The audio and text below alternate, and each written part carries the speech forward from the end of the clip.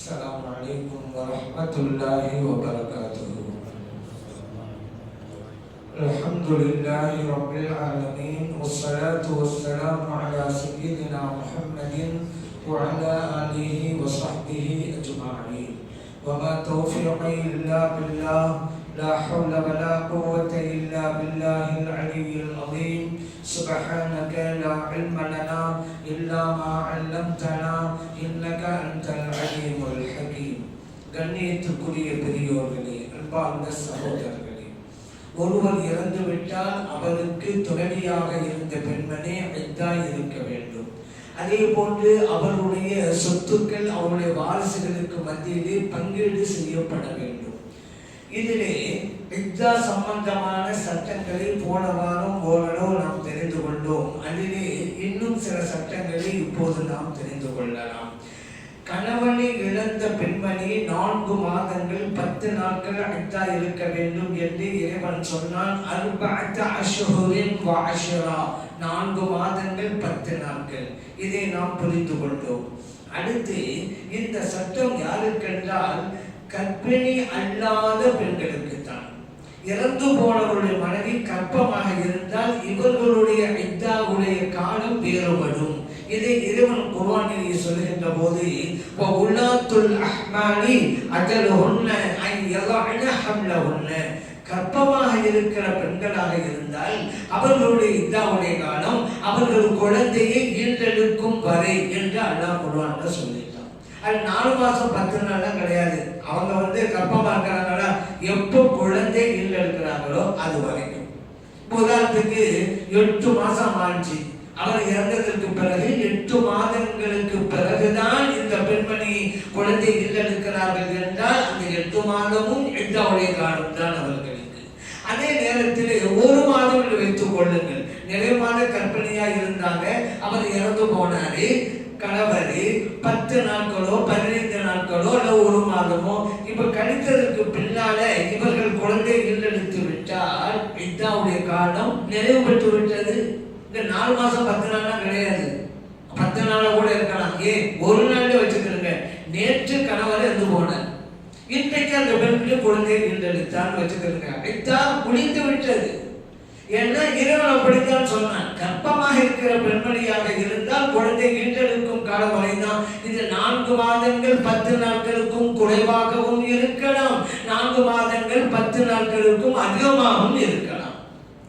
அடுத்து நடைமுறையில ஒரு தவறான கருத்து பல ஊர்களிலே இருந்து கொண்டிருக்கிறது. அது என்ன?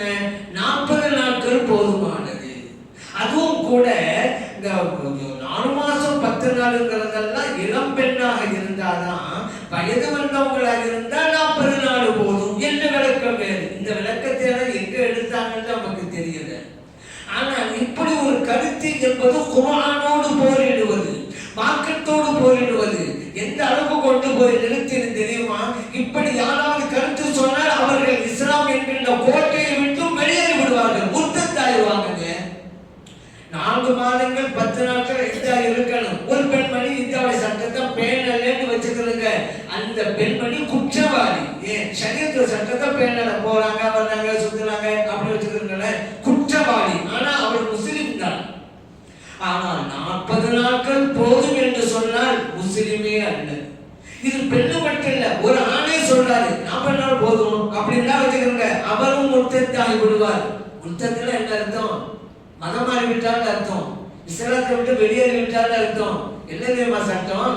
இப்படி முர்த்தத்தானவர் இறந்து போனால் அவருக்கு குளிப்பாட்டுதல் என்பது இல்லை, கவனிடுதல் என்பது இல்லை, தொழுகை நடத்தப்படுதல், ஜனாதா தொழுகை நடத்தப்படுதல் என்பதும் இல்லை, முஸ்லிம்களுடைய கபர்ஸ்தானில் அடக்கம் செய்யப்படுவதும் என்பதும் இல்லை. மார்க்க வெளியேறிட்டார்ல. அதனால நெருப்போடு விளையாடக்கூடாது என்பார்கள், மார்க்கத்தோடு விளையாடாதீங்க. 4 மாதம் 10 நாட்கள் கர்ப்பம் இல்லாம என்ன இருந்தா நீங்க இதாவை அனுஷ்டிக்கிறீங்களா இல்லையா உங்களுக்கு அல்லாஹ் மத்தியில உள்ளது. ஆனால் 40 நாள் போதும் மட்டும் சொல்லாதீங்க. மார்க்கத்தின் சட்டத்தை மாற்றுவதற்கு யாருக்கும் அதிகாரம் கிடையாது. இறைவன் 4 அஷ்ஹுரின் வ அஷ்ரா என்பான், 4 மாதங்கள் 10 நாட்கள் என்பான். நீங்களும் 40 நாட்கள் போதும் என்பீர்களா? குர்ஆனை மறுக்கிறீர்களா? குர்ஆனிலே 6000க்கும் மேற்பட்ட வசனங்கள் உண்டு.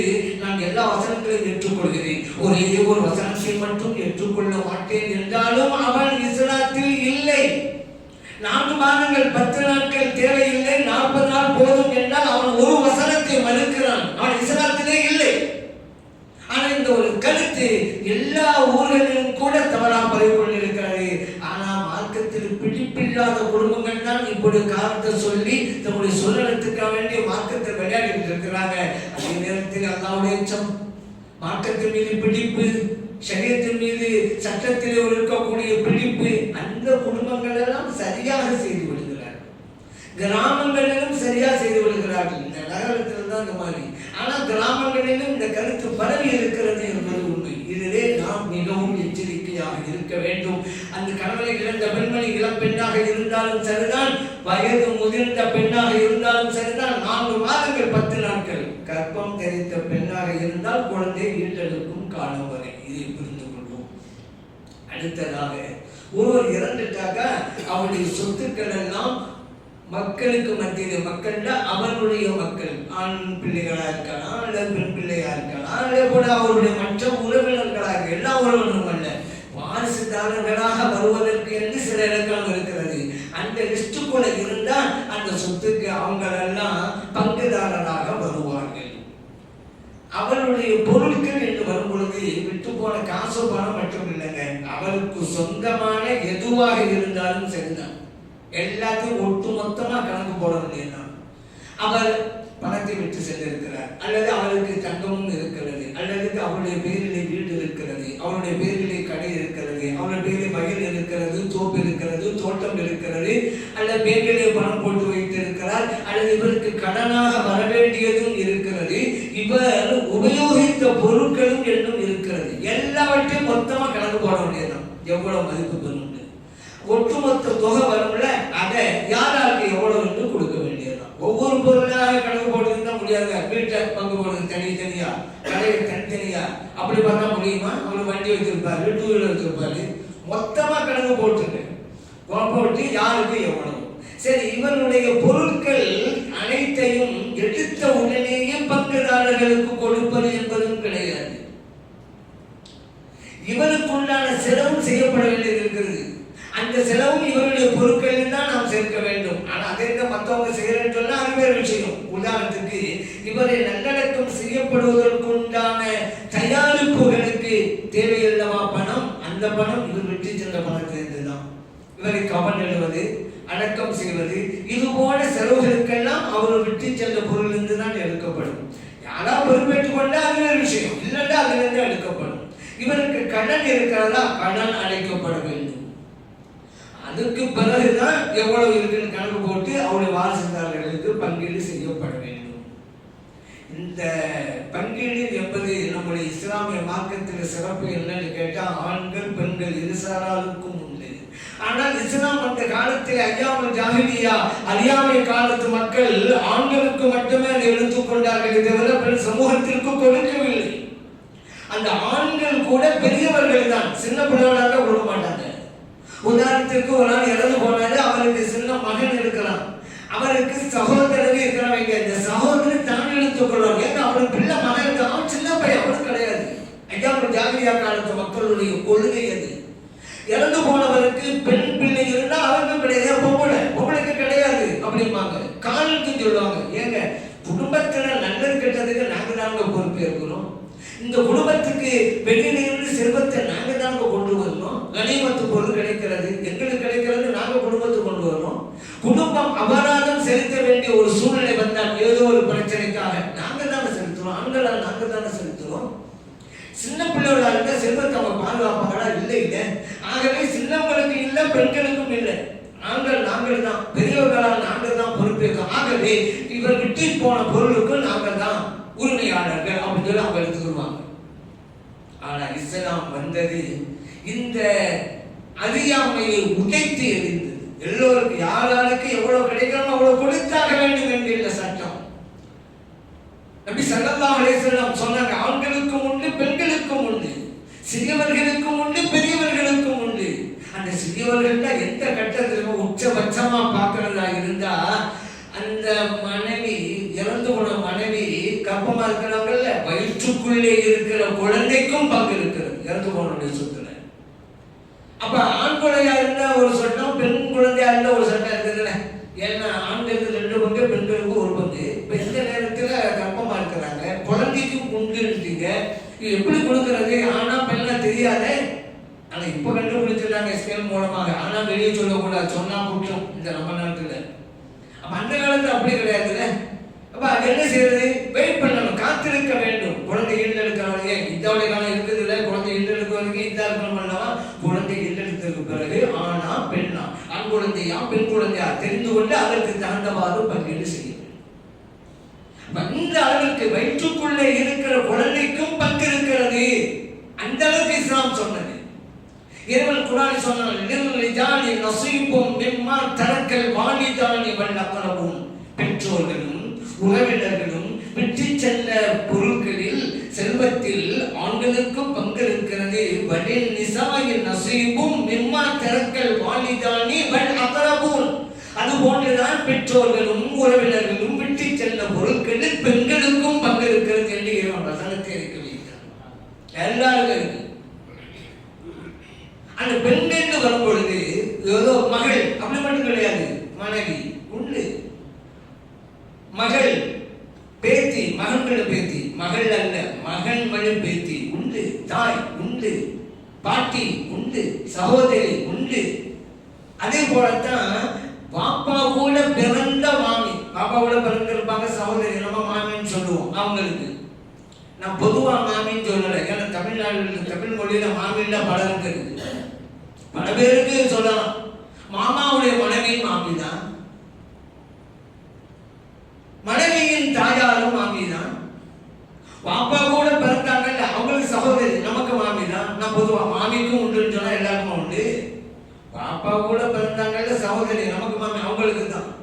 இல்ல மனைவியின் தாயாரவர் மாமி இல்ல, மாமி யாரு இல்ல, அது நம்ம வச்சிருந்தது அடையாளத்துக்காக வேண்டி. தமிழ் மொழியில் அப்படின்னா கிடையாது. மாமியார் தான் மரியாதையா உள்ளது. தகப்பன் தகப்பனார், தந்தை தந்தையார் சொல்லும்ல, தாய் தாயார், மாமி மாமியார், மரியாதையா உள்ளது. இருந்தாலும் மாமியா குடும்பங்கள் சொல்லி நமக்கு மத்தியில வச்சுக்கிட்டே தான் மாமியார் தான் மனைவியின் தாய் நம்ம வச்சுக்கிட்டே தான். தமிழ் மொழியில் அப்படி கிடையாது. மாமி என் பாப்பா கூட பிறந்த சகோதரர் மாமிங்கிறோம்ல, அவங்கள மாமியார்னு சொல்லலாமே, மரியாதை தானே மாமியாரு. அதே போலதான் மாமாவுக்கும் பலத்தை இருக்கு.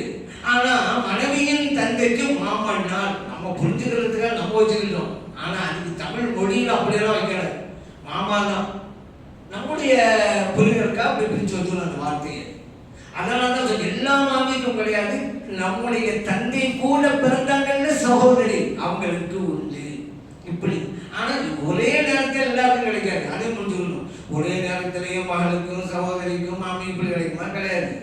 அதில் ஒரு படித்தரம் இருக்கிற வரிசை இருக்கிறது. இவர்கள் இருந்தால் இவர்களுக்கு தான், மற்றவர்களுக்கு இல்லை.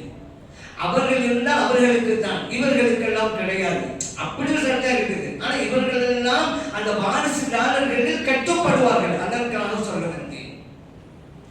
இப்ப நம்ம நாட்டில் கூட பெண்களுக்கு சொத்திலே பங்குண்டு அங்கிற சட்டத்தை எல்லாம் கொண்டு வந்தாங்க. சில ஆண்டுகளுக்கு முன்னால தான் கொண்டு வந்தாங்க. இஸ்லாத்துடைய பெருமையை இதில் நீங்க புரிஞ்சுக்கிறதுங்க. எவ்வளவு உயர்ந்த மார்க்கம், சிறந்த மார்க்கம் இஸ்லாம் என்பதை இதிலும் புரிஞ்சுக்கிறது. நம்ம நாட்டில் பெண்களுக்கு சொத்திலே பங்குண்டுங்கிற சட்டம் அது சாதாரணமாக வந்ததா? அதற்காக இத்தனை போராட்டங்கள், இத்தனை கோரிக்கைகள் இதெல்லாம் வச்சுதான் கிடைச்சிச்சு. ஆனா இஸ்லாம் 1400 ஆண்டுகளுக்கு முன்பே பெண்களுக்கு சொத்திலே பங்குண்டு என்று சொன்னது. யாரா போராட்டம் செஞ்சாங்களா? அந்த காலத்துல ஆர்ப்பாட்டம் செஞ்சாங்களா? அது கோரிக்கை மனு கொடுத்தாங்களா? போராட்டம் நடத்தவில்லை என்பது மட்டுமல்ல, இதற்காக போராட்டம் நடத்த வேண்டும் என்று சிந்தனையை எழாத காலகட்டத்தில் பெண்களே உங்களுக்கு சொத்திலே பங்குண்டு என்று சொன்னது இஸ்லாம். அதுதான் இஸ்லாத்துக்கு எல்லாம் வியந்து பார்க்கிறாங்க, குருவந்தமாக்கும் என்று. சில பேர் காழ்ப்புணர்ச்சியின் காரணத்தினால குறை பேசியிருப்பாங்க, அதுவே விஷயம்.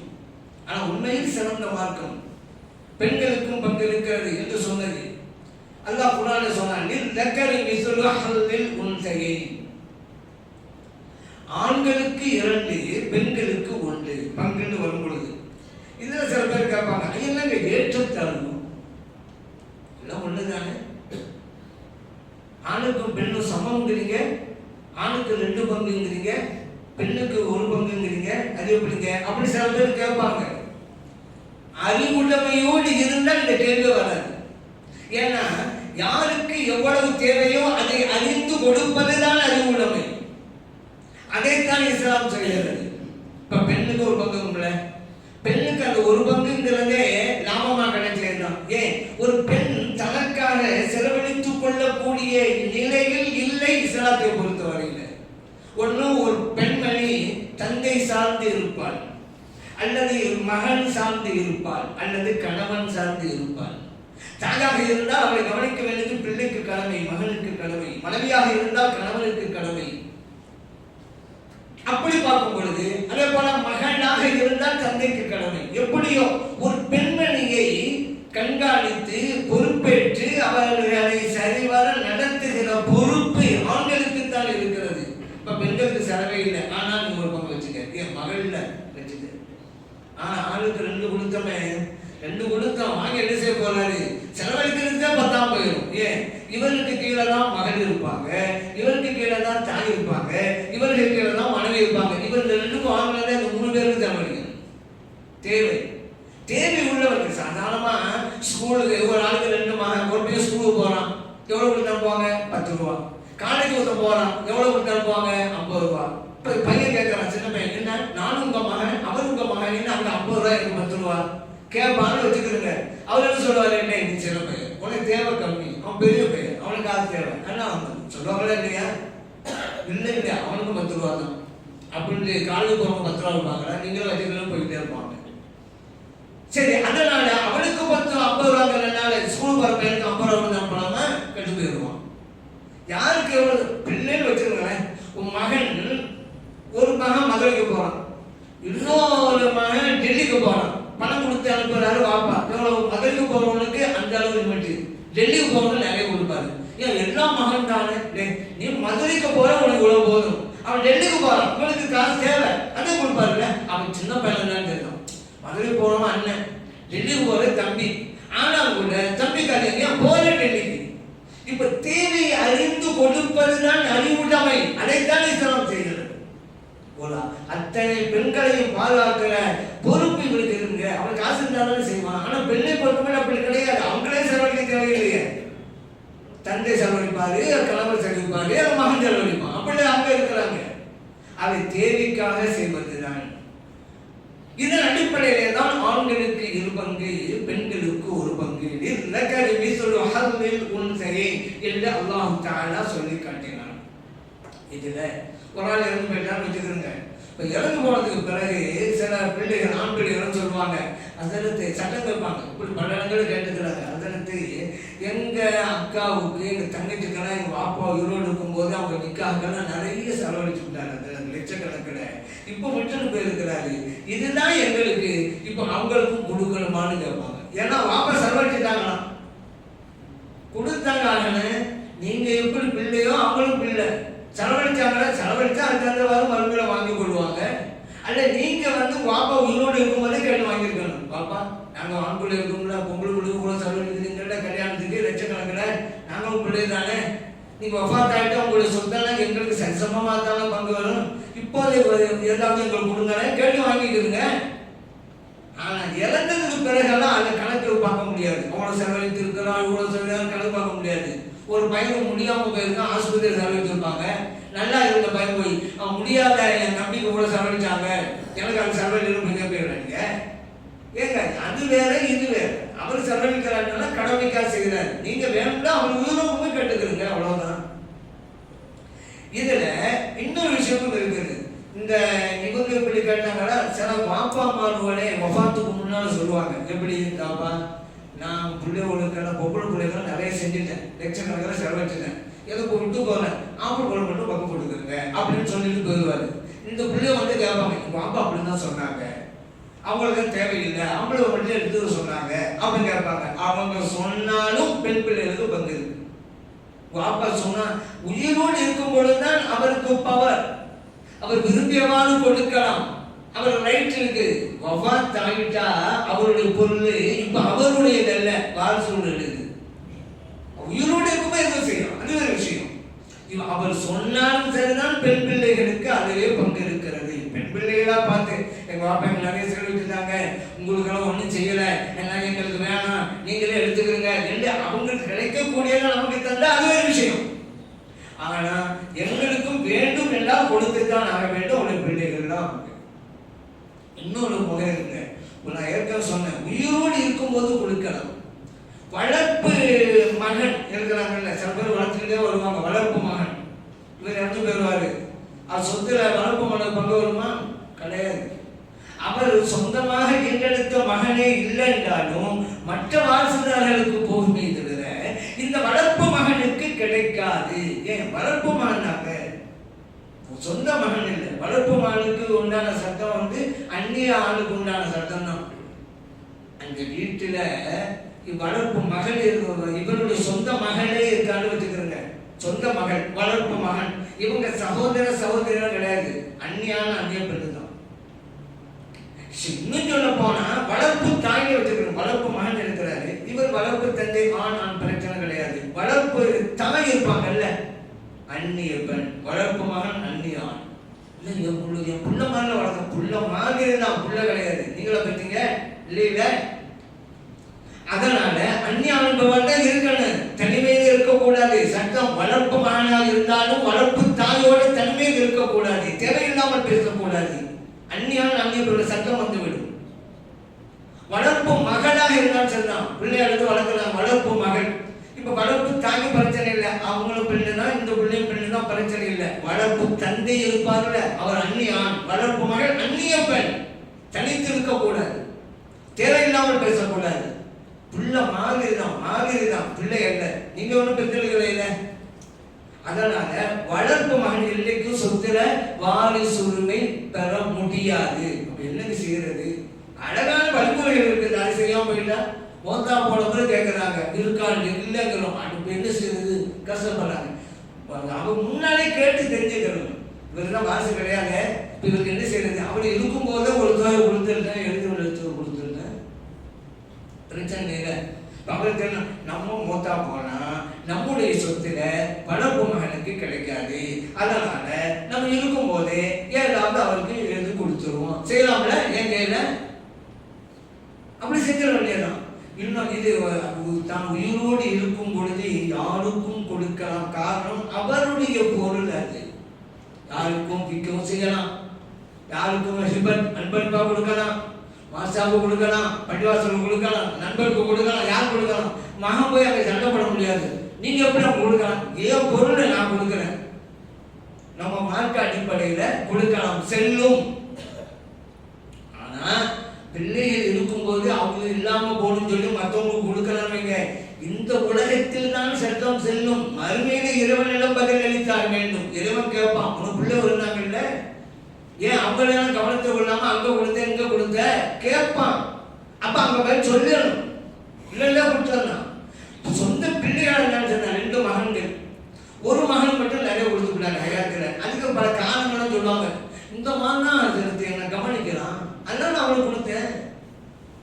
இந்த மகன் தான் சம்பாதிச்சான், என்னுடைய அந்த பிசினஸ்ல என் கூட இருந்து சம்பாதிச்சவன் நானே, அதனால அவனுக்கு நான் அவ்வளவு கொடுத்தேன், இன்னொரு மகன் விட்டுட்டேன்.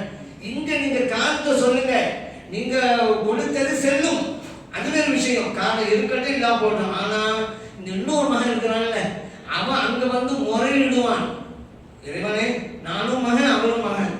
ஆனா அவருக்கு தான் கொடுத்தாரு, உயிரா இருக்கும் போது அவங்க நிறைய கொடுத்துட்டா இருந்தாரு. எந்த பிறகு ஒரே சட்டம் தான், அது உங்களுக்கு தெரிஞ்சதுதான். நான் சொல்லும்போது உயிரோடு இருக்கும்போது கொடுப்பது.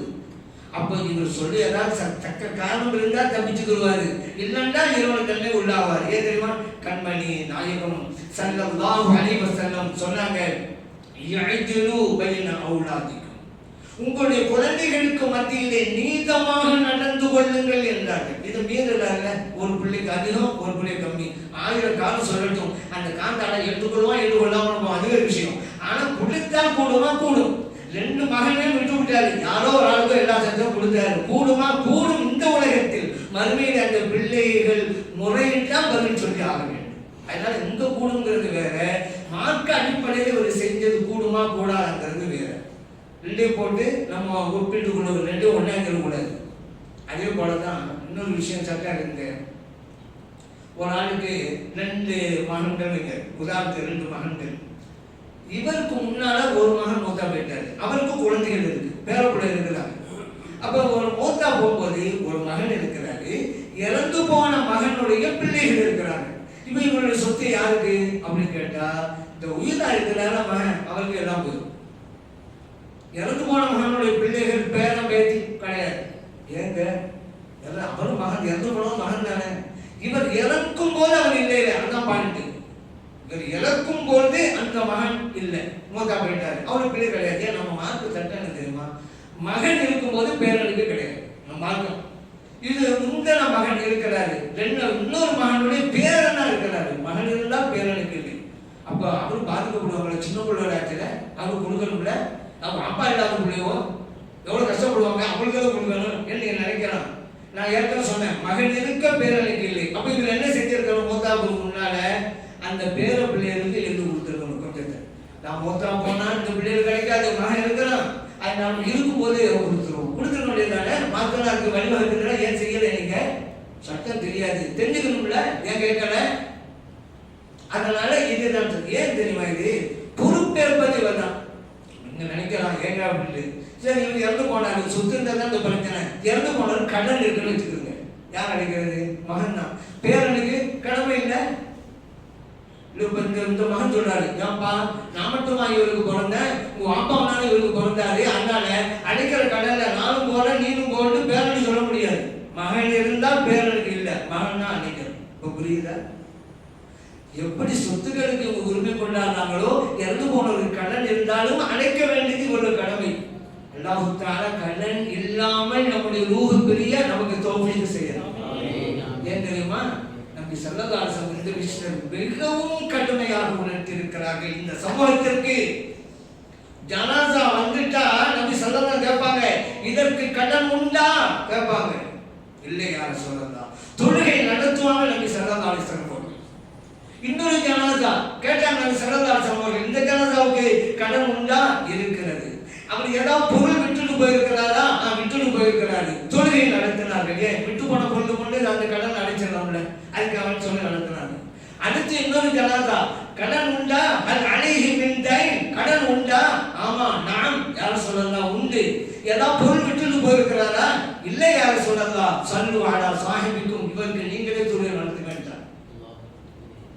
அபூ கத்தாதா ரலியல்லாஹு அன்ஹு வந்தாங்க, யார் சொல்லலாம் அந்த பொறுப்பை நான் ஏற்றுக்கொள்கிறேன், இவருடைய கடனை நான் அடைக்கிறேன் என்று சொன்னாங்க. அதன் பிறகு கண்மணி நாயகம் ஸல்லல்லாஹு அலைஹி வஸல்லம் அவர்கள் தொழுகை நடத்தினார்கள். புகாரிலே பதிவு செய்யப்பட்ட ஹதீஸ். அதனால அந்த விட்டு போன பொருள்ல நான் ஏற்கனவே சொன்னேன் என்னென்ன செய்யணும் அப்படிங்கறதெல்லாம், கஃன் தஃபன், இந்த செலவு, கடன் இருந்தா கடன் அடைக்கிறது எல்லாம் முடிஞ்ச பிறகுதான் பங்கீடு செய்யப்படணும். எதுவும் விட்டுட்டு போகணும்னா அவருடைய வாரிசுகளுக்கு அது கடமையாக இருக்கும்.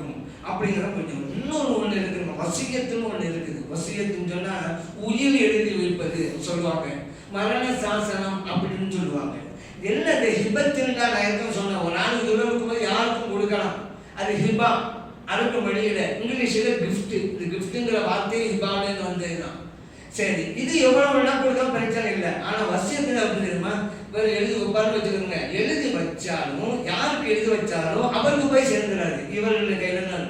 இவர் தான் உரிமையாளர். இவர் மரணத்திற்கு பிறகுதான் யாருக்கு எழுதி வச்சாலும் அவங்களுக்கு போய் சேரும். இதுதான் வசியத்து.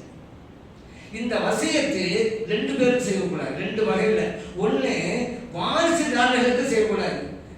மோதா போன பிறகு இவ்வளவு எடுத்து என் மகனுக்கு நான் வசியத்து செஞ்சேன் கிடையாது, என் மகன் வாரிசுதாரருக்கு செய்யக்கூடாது.